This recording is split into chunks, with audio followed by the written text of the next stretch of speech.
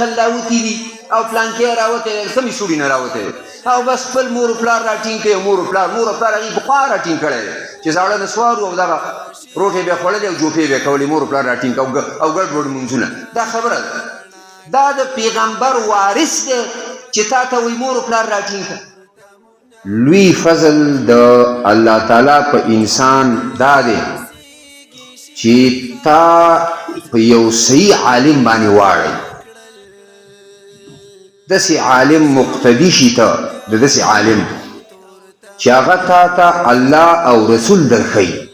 د دې نه غټ فضل قسم دی کوي ولې ځکه چې دا سړی دا عالم تا د جهنم نه بچ کوي بس په خپل عمل ته مه ګوره هغه که هر څه عمل کوي که هغه جهنم ته ځي او که جنت ته ځي خو تا ته آسماني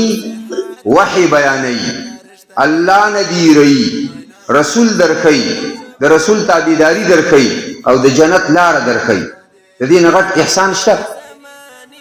په ځای د دې باندې چې تا د یو قبر نه ویروي د یو بزرګ نه دې ویروي چې اوهو پلانکي بزرګ نه یېرېږه ګوره او د ده نه ګوره جنډه رانه وړې او ګوره اولی چې دي که نه اولی به نه پرېږدي او بس د مشرانو لاره راټینګه کوي او د مور و پلار لاره راټینګه کوي دا داسې دین دی پیغمبر علیه الصلاة وسلام چې راغلی نو خلکو ته یې دا خبرې کول چې بس د مور و پلار طریقه راټینګه کوي دې کې کامیابي ده دا خو به د پیغمبرانو چې څوک مخالف و هغې به کولې دا خبرې د پیغمبرانو مخالف خلک چې د پیغمبرانو دشمنانو نو خلکو ته به یې ویلې ګوره چې د مور و پلار طریقه پرې نه دی دا پرې نه دی نو چې اوس یو مولا تا ته دا وایي چې د مور و پلار طریقه پرې نه دی نو دا ستا دوست دی حسن دی چې د کمره دې غورځوي او لوی نعمت د الله رب العالمین په خلکو باندې په مقتدي باندې په امي سړي باندې هغه عالم دی چې تا ته الله در وښیي تا ته د محمد رسول الله شان در وښیي د رسول الله شان څوک چاته نه ښیي که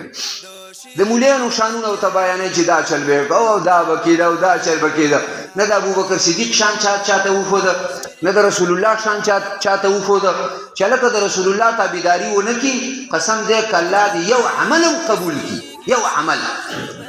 په مړو کې دا خبره چا ونه کړه خو نوي خلاوتي دي او پلانکې راوتې کمې سوړي نه راوتې او بس خپل مور و پلار راټینګ کوي مور و پلار هغې پخوا راټینګ کړی دی چې زاړه نسوار او دغه روټې به یې خوړلې او جوپې به یې کولې مور و پلار راټینګ او ګډ وډ مونځونه دا خبره ده دا د پیغمبر وارث دی چې تا ته وایي مور و پلار راټینګ کړه د پیغمبر وارث هغه عالم دی چې تا ته ووایي چې قرآن او حدیث راټینګ کړه د الله او د هغه د رسول ومنه دا عالم د پیغمبر وارث دی خلوی د علماو قدر بالکل خو د کوم عالم قدر کوم عالم چې تا ته دروغ وایي خوب مې لیدلی پیغمبر علیه السلام جلسې له راغی پلانکې دی دا عبادت دی او پلانکې دی 2 رکعته وکړئ دغه عالم یادوي العلماء ورثة الانبیاء علما د پیغمبرانو وارثان دي خو پیغمبرانو په میراث کې څه شی پرېښی دی څه پرېښي دي ترکت فیکم امرین قرآن او سنت کوم عالم چې قرآن او سنت نه بیانوي دا د پیغمبر وارث دی که نه دی نه دی قسم دی که دا د پیغمبر وارث